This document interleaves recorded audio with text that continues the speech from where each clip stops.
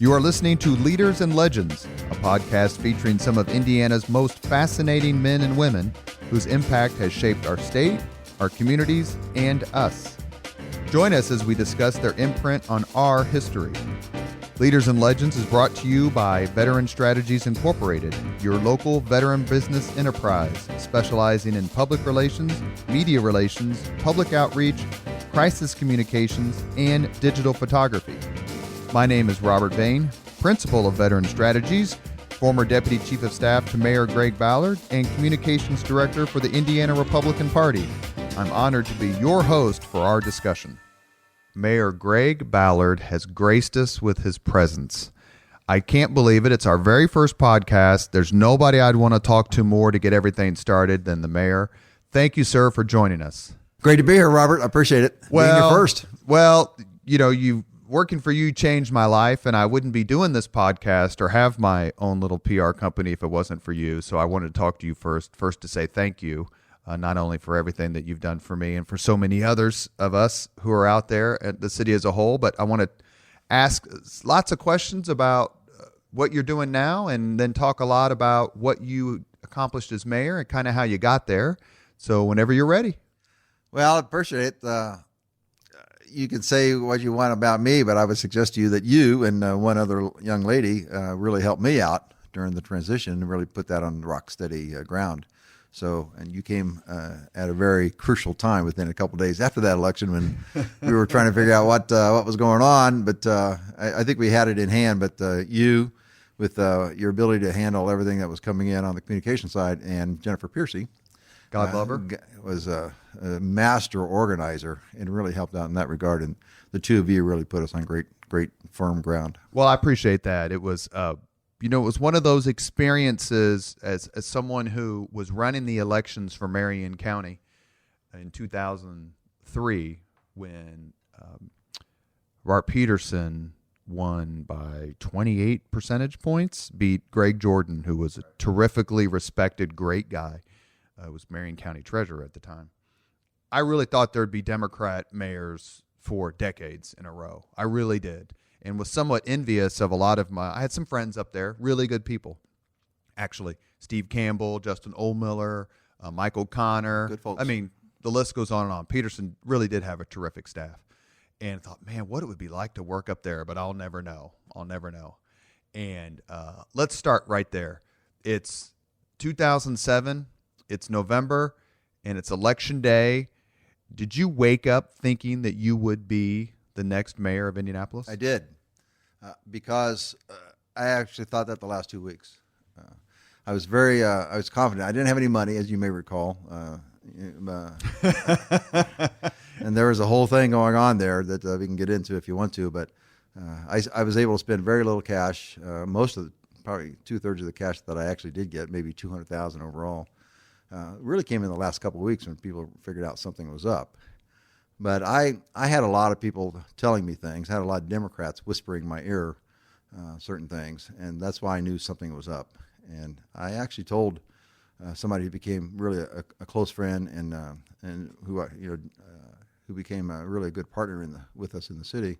I won't mention his name, but I told him, you're going to be the first phone call I make after the election. I told him that 4 days before the election. And that was, and I did. He was the first phone call that I made. And I was pretty confident going into it. The rest of the city wasn't so confident, but I was pretty confident.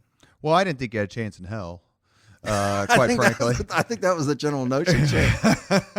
And I remember coming up to you. First time I met you was at Republican headquarters. And I had a jacket on, which was state headquarters, right?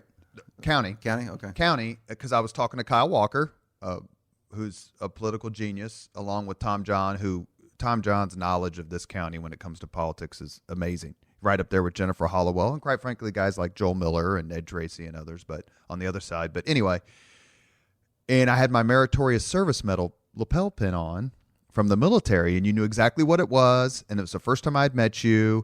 And I just said, if you need anything from me, Robert Vane, I work at State Party. This is what I do. I don't know what kind of staff you have. And you looked at me like, dude, you haven't been paying attention because I have no staff. But let me know how I can be helpful. And I think I wrote a couple of speeches for you and did like a debate prep.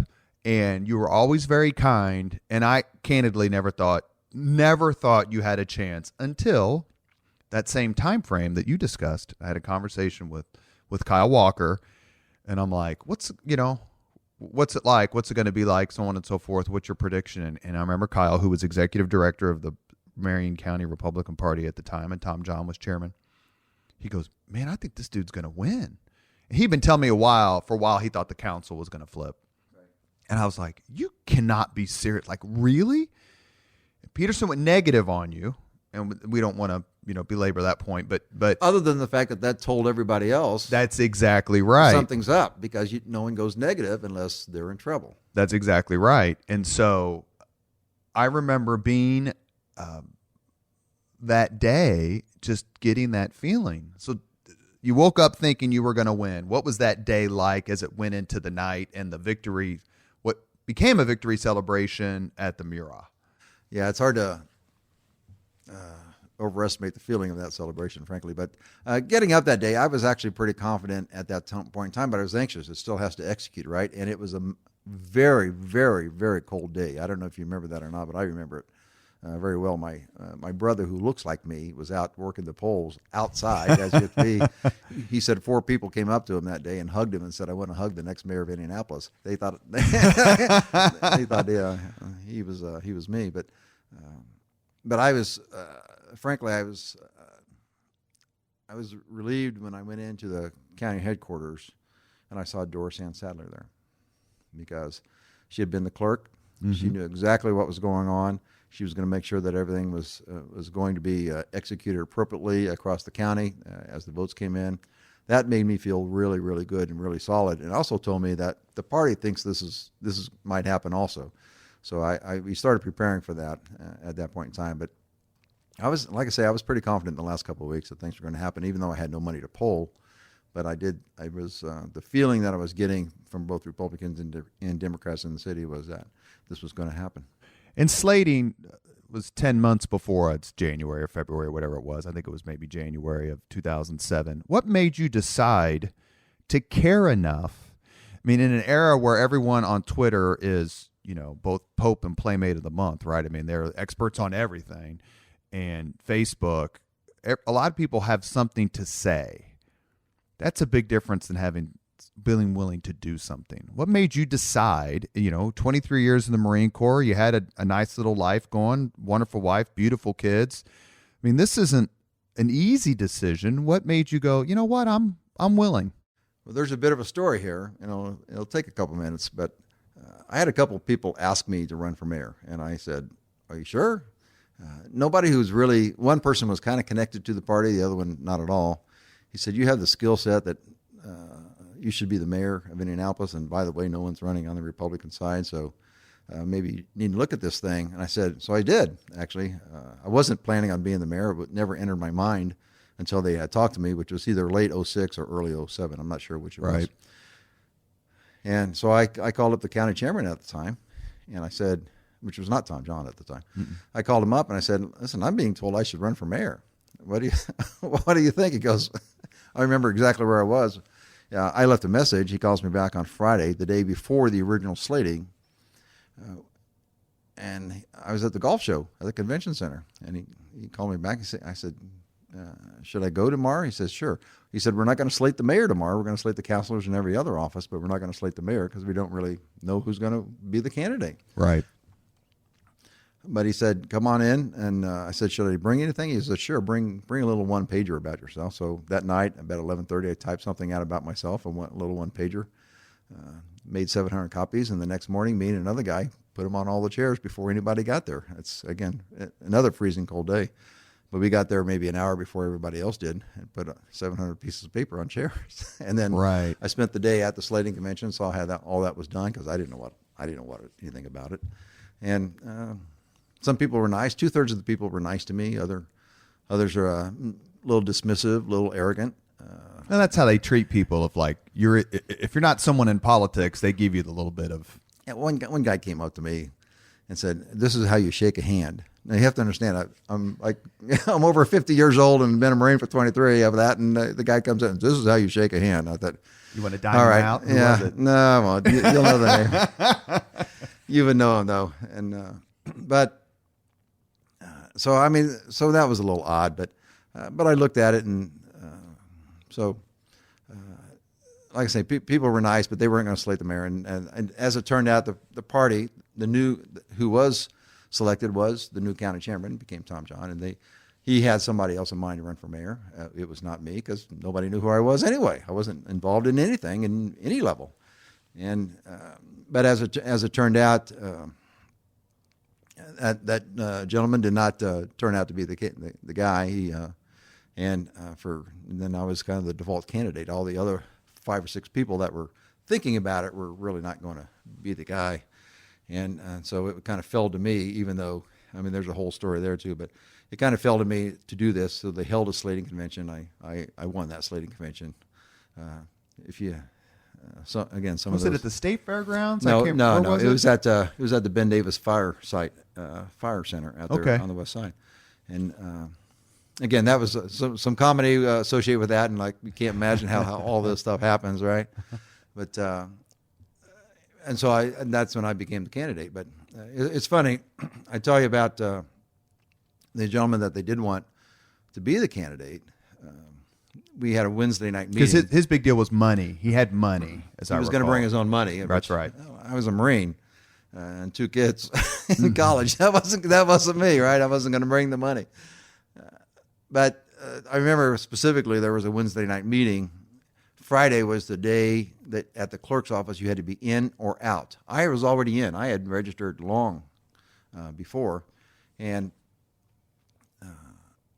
so we had a meeting Wednesday night. I had to teach a class. So I had one of those 2 guys that I mentioned earlier. I had him go to that meeting for me. I got back from teaching my class. I called him up like at 8:15, said, how'd the meeting go? He goes, it's still going on. I said, should I come down? He said, sure, come on down. So I went down. I realized, wow, I could read a room pretty well. Mm-hmm. I realized at that point in time, I'm the number 2 guy here, and I don't know anything or anybody, but I'm the number 2 guy here. And but it was clear that Tom John, the new county chair, wanted this guy, and I said, I'm a team player. I get this completely. I'll help out where I can, or whatever you want me to do. And they asked me to withdraw, and I said, sure, I'll withdraw. They wanted to be a team. Right. Well, the next day, Thursday, an article comes out in the Star and says something, and I get a phone call in the afternoon, excuse me, and said, are you going to drop out, Greg? I said, yes, sure. I told you I would. She goes, okay, that's great. I appreciate that. And then 2 hours later, I got another phone call that said, are you still going to drop out? I said, I told you I would. Yeah, sure. He goes, well, we would like you to stay in. We'd like you to stay in.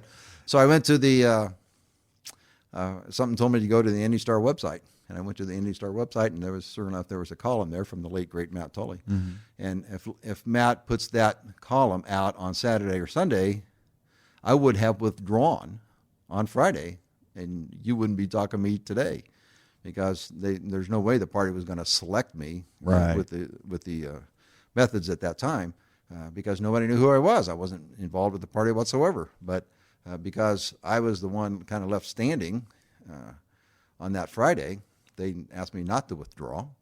But I was going to withdraw that Friday, and if that column comes out on Saturday, Sunday, or the next Monday or something, I will have withdrawn, and I'm just going with my life, and nobody knows who I am, because I would have been out of it. Isn't that interesting how all this happens? No, and Lord knows we've spent thousands of hours together. I'd never heard that part of the story. Another question about 2007, real quick. Was there a time where you were like, what did I do this for? I can't win this guy. He's got all this money, and just the opposite. You never got down on yourself for running. Why'd I put my wife through this? And why I got asked. Well, you think about those things, but no, I never got down on myself. It was actually just the opposite. I realized I was never going to be in this position again for the rest of my life, and I'm going to work as hard as I possibly can to do this. That's what I told myself, and I told myself that every day. Not, why am I doing this? It was just the opposite. I'm never going to be here again. I'm going to work my tail off to make sure this executes. Before we move on to your time as mayor, I'll give you 3 facts or 3 things, and you put them what you think's order of importance to you winning, cruciality. Taxes, crime, Marine Corps. Ooh, you threw me off of that last one. as far as an issue, there's no question it was taxes. No, I don't think there's much question about that. But I would tell you that the Marine Corps was probably more important. People always ask me what did the Marine Corps give you as far as being the mayor, and it gives you lots of things. Obviously, I've been leading people since I was 23 years old, so I kind of had that down. I like to think I did. Different level of leadership, obviously, that I was about to get into, but I certainly had the basics of leadership down. So, but that was not the main thing. The main thing for me was focus. You get distracted a lot when you go to war, when you go into different contingency situations, and you have to realize, what are we trying to do here? Where are we going? What are we trying to do? And so being the mayor, running for mayor, there's a lot of distractions, and there are people always trying to throw you off your game. And what it really did for me more than anything else was focus.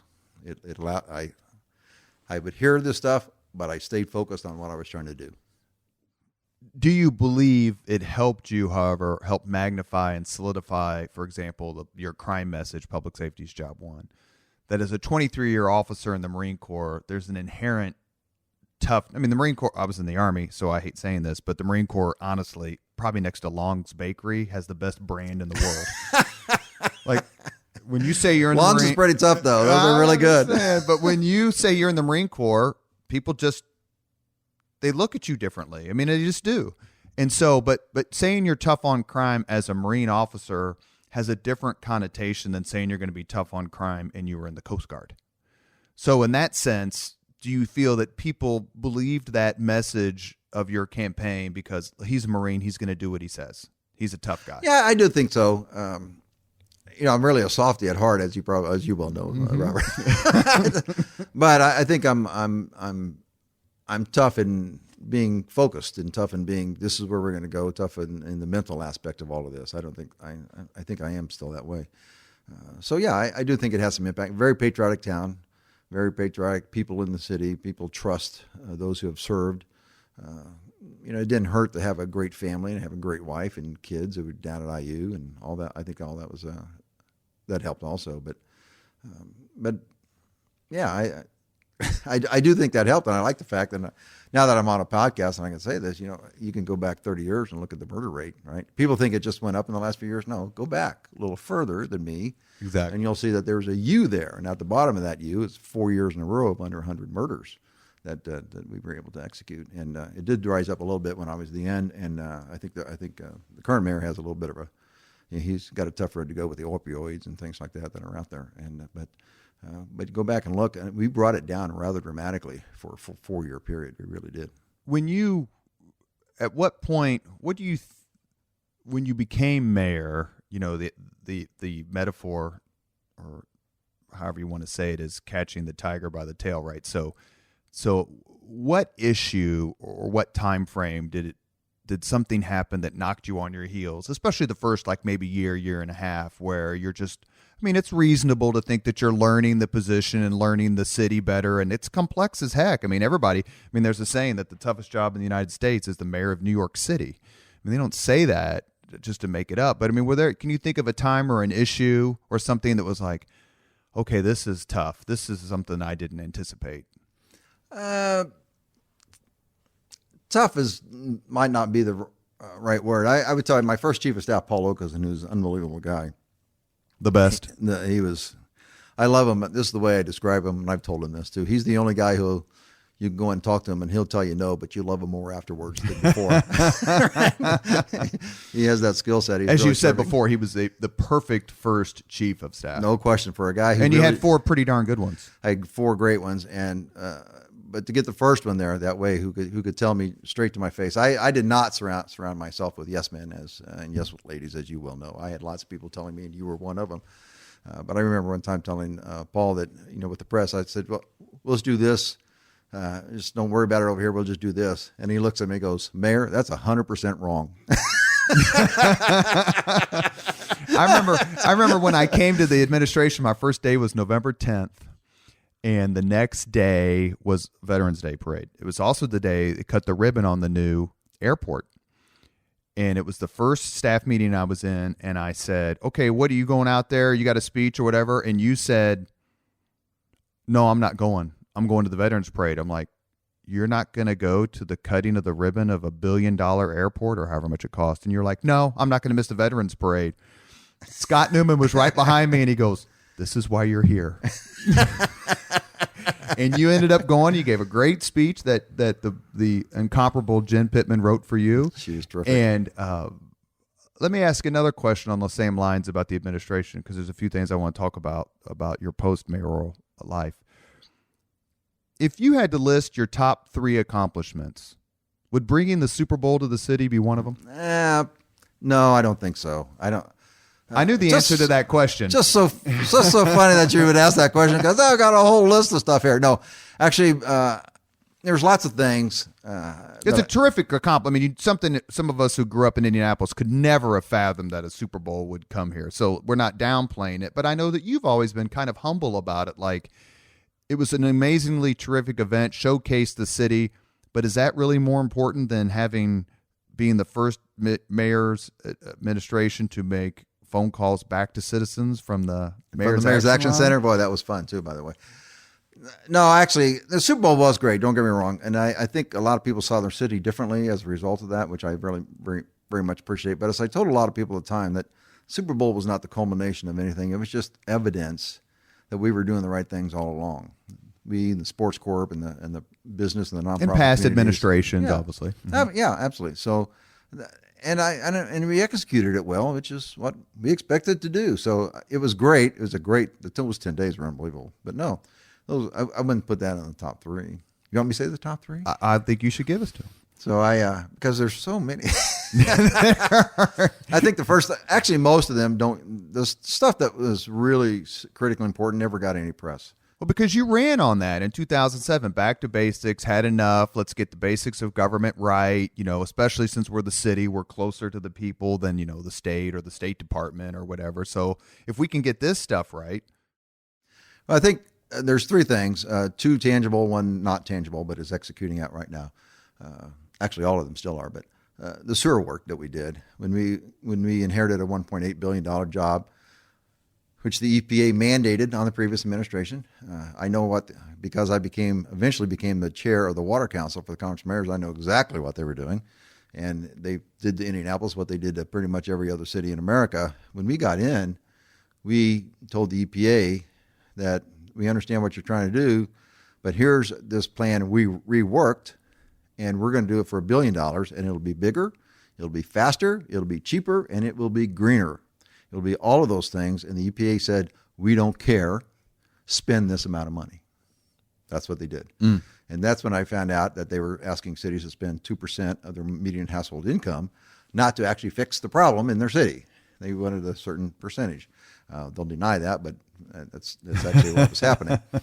And we went to court. Well, we were about to go to court. We were dancing for about a year. And then when we were about ready to go to court, the EPA came out and said, Indianapolis, you're right. You're right. We had to go to the national level because this is the regional level who was doing this to us. Sure. So at the national level, they understood it. And they had the Department of Justice with them too. I mean, this was not just the EPA. This is the EPA and the Department of Justice who were leaning on all the cities across the nation. And we pushed back. And we saved our ratepayers over $800 million right off the bat. And never got a word in the press. Nobody saw it. Only Rafael Sanchez of Channel 6 ever did an article about it. And I mean, it was never in the paper. No one ever said it. But that was the biggest engineering project, and it was the biggest environmental project the city has ever done. It's still playing out right now, and by 2025, the White River will be as clean as it's ever been in forever as a result of what we did. And that was an amazing project that we did, but frankly, nobody knows about it because, as Rafael told me, infrastructure isn't sexy. So, well, it's not. And I get that point. And then we obviously put the water and wastewater into Citizens Energy, who continues to execute that plan. So that was an amazing event in the city that will pay dividends for 50 to 100 years. And we got no press out of it, but it was a huge, huge thing that we did in the city. Can I note for the record that I wasn't doing his media at that time? So the next thing is, I think the fiscal. I inherited the mayor's office during recessionary times, and I remember David Reynolds, my first controller. He was a wonderful guy, just brilliant guy, really is. And I remember him telling me in 08 or 09, I can't remember. He says, "Don't worry, Mayor. In about 11, 12, it's all going to start to turn, and we're starting to have an uptick in revenues." Well, that never happened when I was the mayor. But that said, I think we steadied things, and we paid down the debt. We went from about $330 million in debt to about $110 million during a recession, and kept the ratings up, increased them one time, and so that was important to keep the borrowing costs down, obviously. But we paid down the debt. We got the house in order a little bit better, even during a recessionary time, and I think that was a big deal. And when we turned over to the current administration, I turned over a ton of cash to those guys. Because I knew they were going to have some trouble too. There was a bit of a structural deficit in there. I don't think it was much as what they said it was, but there was a bit of a structural deficit in there. And I left them a ton of cash to cover to work all through that, and that was part of the deal. I mean, other people wanted me to spend that money. Right. I did not spend that money. We put $80 million aside in something we call a fiscal stability fund. Council really wanted to spend that down, and we maneuvered to make sure we didn't. And in addition to the other reserves that I turned over, 78 million of that was still in there, plus the other money that I left and frankly that the state owed us. So there was a lot of cash on hand, which I was proud of. I wanted them. And you talked about that a lot in your first campaign as well. So we were able to do that. So that's two. So the sewer work, and then I think the fiscal stability that we brought to the city during very, very tough financial times nationally. And the third thing I think is who we had and what are they doing now, right? So the team that I had was incredible. I had a former member, really prominent former member of Lugar's team come up and tell me, "Your team was even better than ours."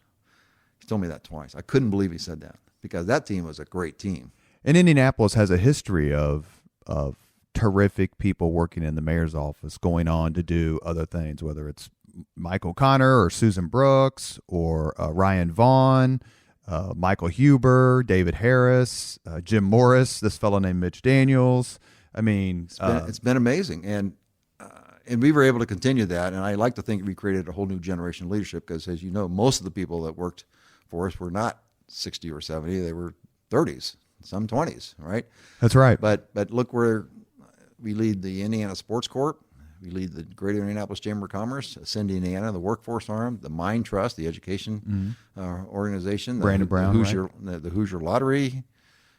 The Veteran Strategies. Veteran Strategies. But the State Civil Rights Commission.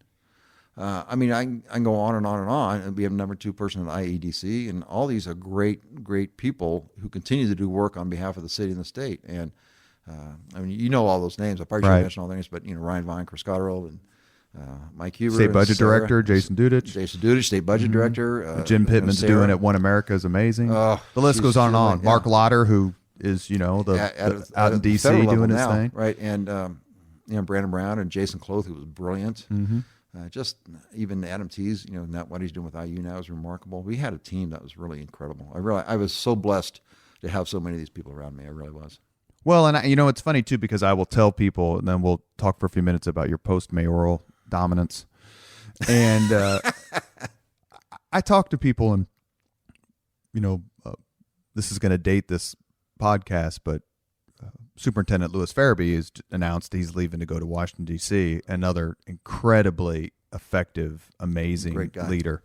And you two are a lot alike. Introverts, don't seek the spotlight. I don't think you ever rolled up your sleeves like these politicians do for these commercials.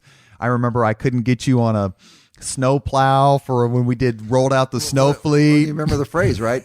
No lame photo ops.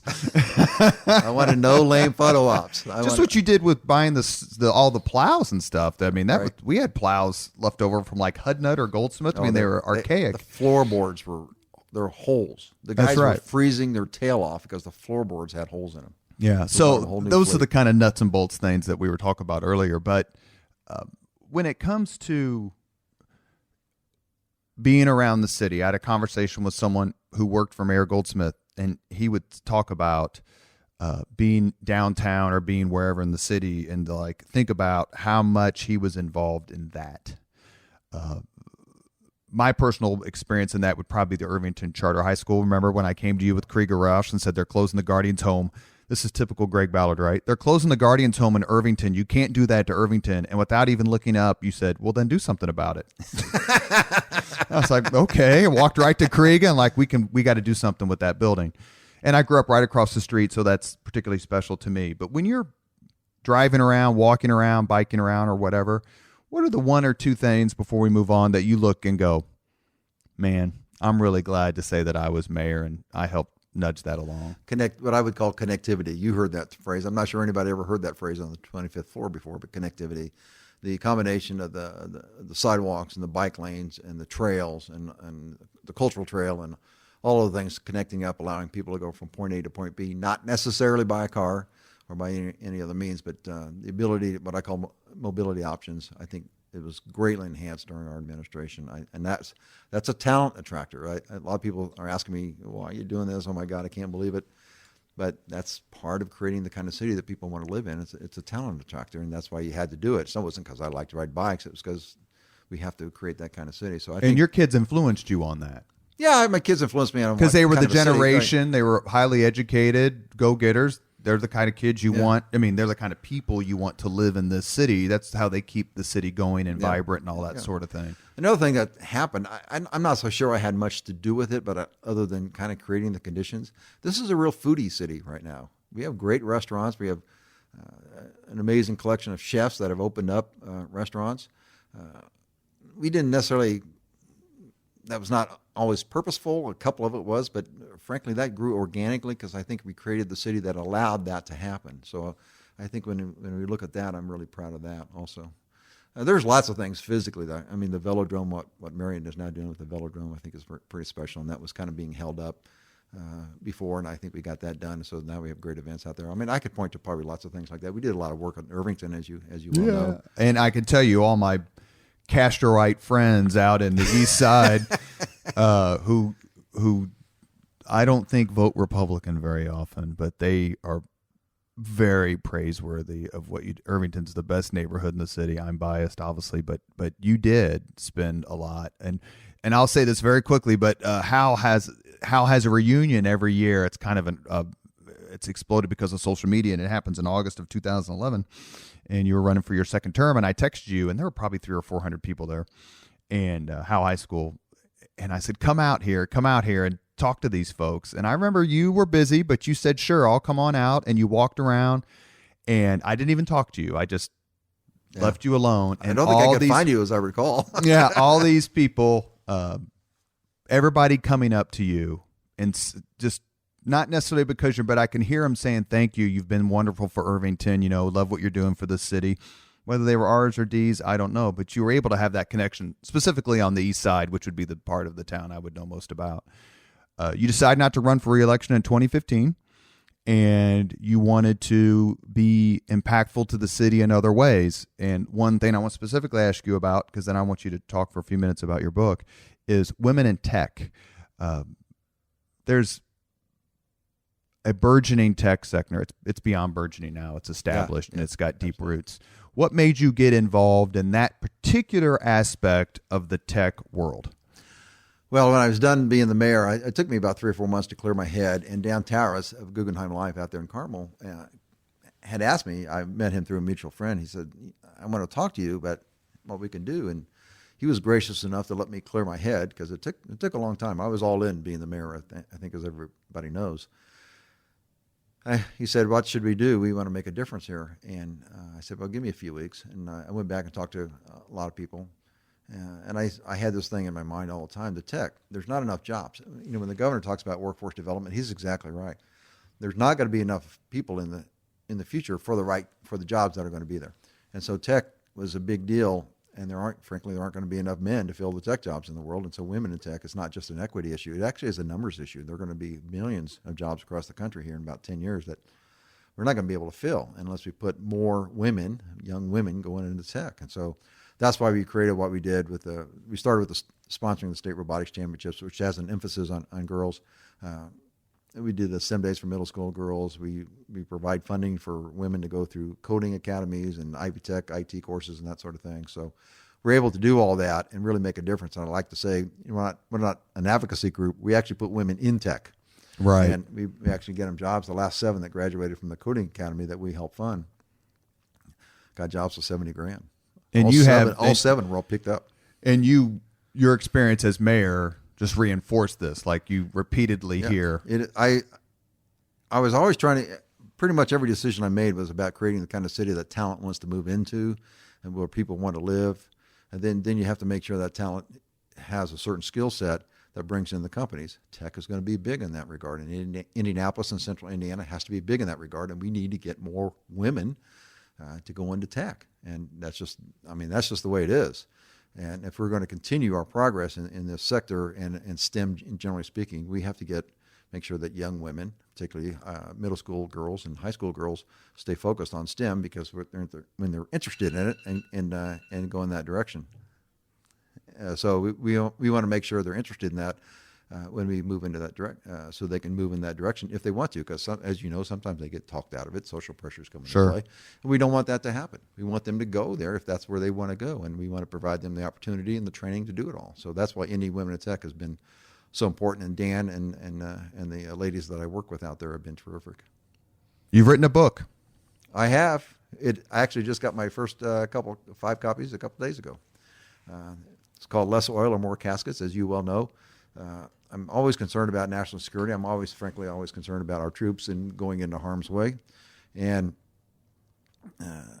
figured out about 6 or 7 years ago that what we're doing with oil in the world, the United States is spending, the last estimate by a group in D.C. was that we're spending $81 billion in this past year to make sure that oil flows throughout the world, the infrastructure and the oil supply routes, and we guard it for the entire world. We do that. The funny thing is, how are the terrorists funded? How is Iran? How is ISIS and Al-Qaeda funded? Primarily through the sale of oil. And so this is kind of a perverse situation that we have going on, which is we're protecting all these supply routes so that oil gets into these countries who then fund terrorism. So countries and organizations. So it's when I was in the Gulf War in '91, which is completely about oil, it couldn't do anything about it. Everybody knew that was the situation. But until about 5, 6, 7 years ago, when the new technology comes out with transportation, we have to look at this because 70% of the world's oil is used for transportation. 70%. What if we didn't use gasoline and diesel in our cars and trucks? What difference would that make? It'd make a big difference. And what upsets me is we seem to be fighting this when we should be kind of sprinting toward it. Because it's our troops that are over there. We've spent, well, according to a Brown University study, $5 trillion in the last few decades over there. Of course, we lost thousands of lives. Again, that was what was needed at the time. But now we have to look at it going into the future, and that's really what we're doing. And the problem is people think energy independence is really important now. But when you ask that next level question, why is that? You just get a blank stare. It does keep the money in the country. That's true. But the fact is that does not stop hundreds of billions of dollars going from Asia to the Middle East every year. 2/3 of the oil that comes out of the Middle East goes to Asia. So our energy independence is irrelevant because that money will continue to go in there. And of course, who protects the oil supply routes for all this to happen? Mm-hmm. We do. And we've been over there for over 40 years now, since we took over from the British in the early 70s. We protect that for everybody. This is the situation that people don't know. And everybody thinks that the U.S. has a lot of oil. We don't have any oil. We got 2 to 3% of the oil reserves in the world at the most. We can up our production, which is what we've done right now. But the fact is everybody else is just sitting back saying, go ahead, because we've got all the oil. Right. 80% of the world's oil is in the hands of dictators, of authoritarian countries. 80%. So they don't really care if we produce our own oil or not, because they're just sitting back saying, go ahead, we've got our own oil. And that's the point of your book, is that the role of the United States is promoting, perversely, perhaps. Yeah, I think perversely is a good word. I hate to say it like that, but we're promoting that. But we're the ones responsible for the oil supply. It's not our oil, but we're the ones protecting it all. And it's our troops that pay the price. It's our taxpayer that pays the dollars. And we have to look at this going forward. I'm not complaining about what's happened in the past or anything like that. What I'm saying is that we now have a new technology that allows us to change this dynamic because 70% of the world's oil is used for transportation. We should be going toward that dynamic. I think this is what I always say, our transportation energy policy should focus on these things, which is defund the terrorists, stop the enormous strategic leverage that oil-rich nations have over oil-dependent nations.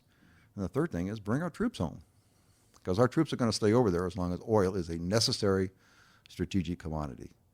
We need to get oil to not be a necessary strategic commodity for economies. And once we do that, lots of things change in the world. Most of it, in my opinion, is our troops come home and we stop fighting over there in the Middle East. Well, with your career in the Marine Corps, you understand better than most. I mean, my son did 2 tours in Afghanistan, and we all know why he's there, why he was there. Yeah. Are you doing a book tour? Are you doing some speaking engagements or things in Indianapolis? Or I know you're just out in Washington, D.C. All of the above. We're going to do some things in Washington, D.C. at the end of January. The book officially comes out January 1st. You can buy it now. Less Oil or More Caskets. It's called Less Oil or More Caskets, the National Security Argument for Moving Away from Oil. It's on Amazon, Barnes & Noble. It's on Walmart. It's Costco. It's on everybody has the book already. But you won't get it until January if you order it now. But go ahead and order it if you want to. I appreciate it if they do that, because it's a quick read. It's not a long read. I never write long. I like to read big books, but I like to write short books, as you know. So this is my second book. And it's an easy read. And it's full of facts. And I tell you, the facts are in there. And the facts are from people like the Energy Information Administration. And I mean, they're just, people don't know it. I just put the puzzle together, as I like to say. So. But we're going to tour as much as possible. We're going to get to the local TV stations as much as possible. Like I say, D.C. We're going to do some things in Indianapolis, at the University of Indianapolis, where I'm at also. I work down there also, and so they're going to do some things. And so we're going to try to make it as big a hit as possible. Thank you very much. We have one last segment, which I'm hoping to use for all of my guests in this Leaders and Legends podcast that we're inaugurating here today. So. Copying off of Mr. Lipton some forth from inside the actor's studio. So I'm going to ask, my goal is to ask the same 5 questions of everyone whom I get to interview. Is this the lightning round? It's kind of the lightning round, but feel free to take some time for a thoughtful answer, because some of these things you may have to go, oh, shoot, I don't remember. So you ready? Okay. Who did you see at your first concert? Sly and the Family Stone. Where was that? IU. That's good. You didn't expect that, did you? No, not at all, actually. What was your first car? 66 white Volkswagen. Did you get in high school? A Bug. Yeah. No, college. College? Yeah. It wasn't new. Oh, yeah. Because you graduated from college in 78? Well, I was supposed to leave in 76, but yes, I left in 78. You remember fraternity, correct? Yes, I was. Okay, that explains that. Well, most got out of there on time. I was having fun, ran out of money, all that stuff. It's okay. If you could have dinner with anyone in the world, who would you choose? Other than Mrs. Ballard. And I always said to you and others, I'm not really into celebrity culture very much. So, it doesn't have to be a celebrity. It could be Chris Spangle. It could be me. It's kind of funny because when I became the mayor, everybody asked me, who do you want to meet? What do you want to do this? And I kept saying, I don't know. I'm not in the celebrity culture. And I remember telling you the 2 people I really wanted to meet was Jim Morris and Colin Powell. That's right. And Jim Morris is now a friend. That's right. And so those were the 2 people I most wanted to meet, because Jim headed up the World Food Program. And Colin Powell, I just thought, was the one guy, well, 2 now with Mitch, that should have been president. So, but well, you've already had dinner with Jim Morris, I'm assuming. So and Colin Powell. And Colin Powell. And Colin Powell. I introduced him at the Butler Speaking Series, and I sat next to him for dinner for 2 hours. Oh, that's terrific. So yeah, it was great. It was great. He was a wonderful guy. But I'm thinking somebody around the world. But the people I really like to have dinner with are dead. Like Winston Churchill. Oh, okay. So no one, you can't think of anyone. Mother Teresa. You couldn't think of anyone currently. Your favorite football player was Raymond Berry. You want to choose Raymond Berry? I met Raymond Berry. I remember here that. At a Colts game. God, I may have to come back to that. I don't know. Okay. If you could recommend one book to anyone, what would you recommend? Which book? Like, you have to read this book, or your life will be changed by reading this book. You can say your own book, by the way. Well, everybody will read my book because it's great. I've read a lot of really good books. And I still am. What was the? It's a long book, and people probably won't read it. But one, I'll give you two. Freakonomics was a really neat way of looking at things, so I think Freakonomics is good. But the Ayn Rand book, Atlas Shrugged. Really? Yeah. Because that's kind of a book, a popular book among conservative folks. I haven't read it. It is, but it says it in a different way. I mean, it's a huge book, and I like to read huge books. Excuse me, but it's really good. Last one before we go back to the dinner one. All right. If you could have witnessed any event in history, which one would you want to witness? Wow. This is a smart show. You know, you can't just mail it in. You got to think.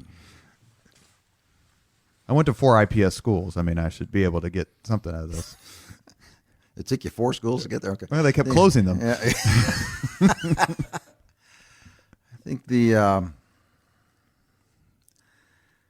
I think the signing of the documents at the end of World War II on that ship. On the USS Missouri? On the Missouri, yeah.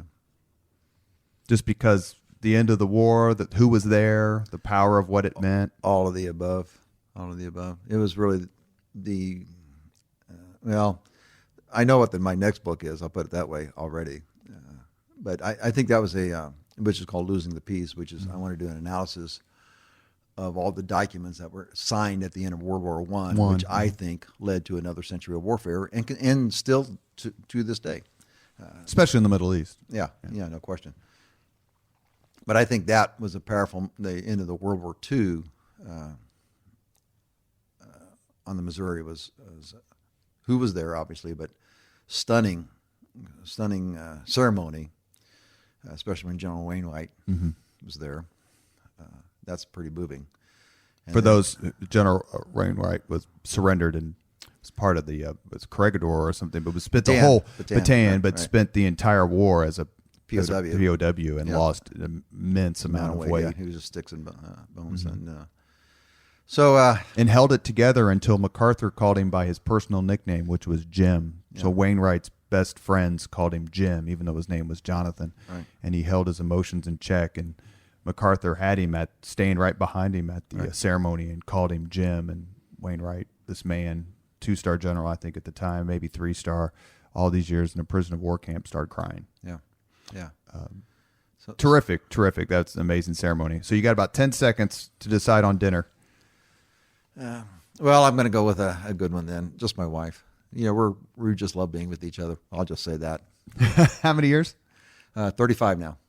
Good. And you produced 2 of the absolute best kids I've ever met in my entire life. Terrific kids. Yeah. Thank you, Mayor Ballard, Colonel Ballard, for joining us on the very first Leaders and Legends podcast. We enjoyed the conversation immensely, and I will circulate this to all of your friends and family and former associates of the administration. And when you get your next book written or you want to come talk again, please do. Thank you, sir. Appreciate it very much, Robert. Thank you, Mayor. Thank you very much for listening to Leaders and Legends, brought to you by Veteran Strategies Incorporated. If you want to contact us about this program or our menu of public relations services, please send us an email at robert@veteranstrategies.com. That's robert@veteranstrategies.com.